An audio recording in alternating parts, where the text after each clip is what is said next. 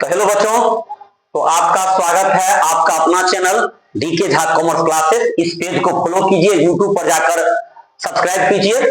तो आज हम बीएसटी का ही पार्ट 5 लेकर आए हैं, जिसमें है प्रबंध के स्तर एवं कार्य। ये बहुत ही इंपॉर्टेंट टॉपिक है। कहा गया है कि न थक कर बैठ उड़ान अभी बाकी है, ना थक कर बैठ उड़ान अभी बाकी है, जमी खत्म हुई है आसमान अभी बाकी है। तो देखिए, हम टॉपिक लेकर आए हैं प्रबंध के स्तर एवं कार्य।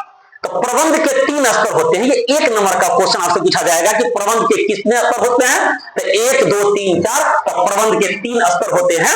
उच्च स्तरीय प्रबंध, टॉप लेवल मैनेजमेंट, मध्य स्तरीय प्रबंध, मिडिल लेवल मैनेजमेंट, और निम्न स्तरीय प्रबंध जो कहते हैं लोअर लेवल मैनेजमेंट, ये कहते हैं। 3 तरह के स्तर होते हैं। उच्च स्तरीय प्रबंध कोई भी कंपनी में सबसे पहले होता है उच्च स्तरीय प्रबंध होता है। देख रहे हैं, मध्य होता है और निम्न होता है। तो उच्च स्तरीय प्रबंध में कुछ ही लोग शामिल होते हैं। उच्च स्तरीय प्रबंध में कुछ ही लोग शामिल होते हैं, जैसे बोर्ड ऑफ डायरेक्टर हुआ, एमडी हुआ, जनरल मैनेजर हुआ, ये सब सीईओ हुआ, ये सब उच्च स्तरीय प्रबंध में रहते हैं। ये लोग रहते हैं। और जो भी नीतियां, जो भी उद्देश्य जो होता है, ये उच्च स्तरीय प्रबंध द्वारा ही बनाया जाता है, क्योंकि तमाम कंपनी की जिम्मेदारी उच्च स्तरीय प्रबंधकों के हाथ में होता है। वही बॉस होते हैं उच्च स्तरीय प्रबंध के, वही कंपनी को ऑपरेट करते हैं, अपना ब्रेन लगाते हैं। तो ये हुआ उच्च स्तरीय प्रबंध। इसलिए इसका छोटा खाना है क्योंकि इसमें कम लोग होते हैं। बाद में आता है मध्य स्तरीय प्रबंध। उच्च स्तरीय प्रबंध जो नीति बनाएगा, जो उद्देश्य बनाएगा, वो किसको देगा? मध्य स्तरीय प्रबंध को देगा कि भाई ये मेरा नीति है कि इस बार या आगामी वर्ष मुझे 100 करोड़ से पार मुझे बिजनेस करना है। ये अपना तो नीति बना लिया, ये अपना उद्देश्य तो निर्धारित कर लिया। ये किसको दे दिया? ये मध्य स्तरीय प्रबंध को दे दिया। और फिर मध्य स्तरीय प्रबंध किससे करवाता है?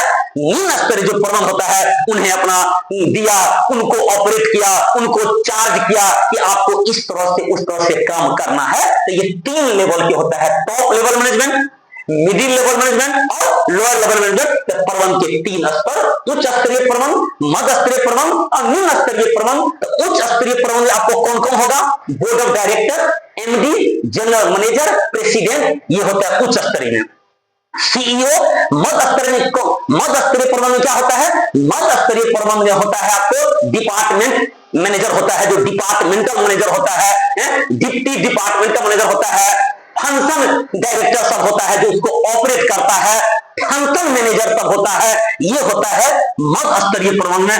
निम्न स्तर में होता है सुपरवाइजर, फोरमैन सब होता है। निम्न स्तर में सुपरवाइजर, फोरमैन होता है। ये 3 स्तर। अब जो परीक्षा में क्वेश्चन आता है कि उच्च स्तरीय प्रबंध के कार्य लिखे, 2 नंबर का क्वेश्चन। मध्य स्तरीय प्रबंध के कार्य लिखे, 2 से 3 पॉइंट देना है, और निम्न स्तरीय प्रबंध के कार्य लिखे। तो ये तो आपको कॉन्सेप्ट आ गया कि उच्च स्तरीय प्रबंध जो कंपनी के टॉप लेवल पर बैठने वाले लोग होते हैं, कौन कौन होते हैं बता दिए हैं। उच्च स्तरीय प्रबंध किसको देगा? निर्देशदारी, जो नीतियां बनाएगा किसको कहेगा? मध्य स्तरीय को। फिर मध्य स्तरीय प्रबंध इसको कहकर काम को ऑपरेट करता है, काम को सुचारू ढंग से करवाता है। ये उच्च स्तरीय प्रबंध खाली काम करता है, वो तो अपना स्कोप दिया, वो तो खाली उद्देश्य देगा, निर्धारित तय करेगा, संसाधन जुटाने का काम करेगा। अब वो मिडिल को दे दिया, मिडिल उसको सुनेगा और मिडिल उसको ऑपरेट करके अपना नीचे वाले को देकर काम को सही ढंग से करवाता है और उसको जांचता है। तो ये 3 होता है। अब आता है कि उच्च स्तरीय प्रबंध के जो कार्य है वो क्या काम है। 2 नंबर का क्वेश्चन पहले बता दिए हैं। उद्देश्य निर्धारित करना, नहीं, नीतियां निर्धारित करना है कि मेरा नीतियां ये है कि हम उधार बिक्री नहीं करेंगे। हर कंपनी का जो नीति होता है उधार नहीं करेंगे, जो माल बेचेंगे हम नगद बेचेंगे। ये अपना उच्च स्तरीय प्रबंध होगा। संसाधन जुटाना, जो भी उसमें है, सामान है, संसाधन है, मशीन है, माल है, संपत्ति है, ये तमाम तो वही जुटाएगा जो टॉप लेवल पर जो बैठे हुए हैं। वो तो मिडिल नहीं जुटाएगा, पूंजी तो यही लगाएगा। और ये मिडिल तो खाली उच्च स्तरीय प्रबंध के बात सुनेगा और निम्न से कहकर उसको करवाएगा। तो उच्च स्तरीय प्रबंध के जो कार्य है ये 2 से 3 पॉइंट। अब आता है मध्य स्तरीय प्रबंध के क्या काम है? तो नीतियों की व्याख्या करना।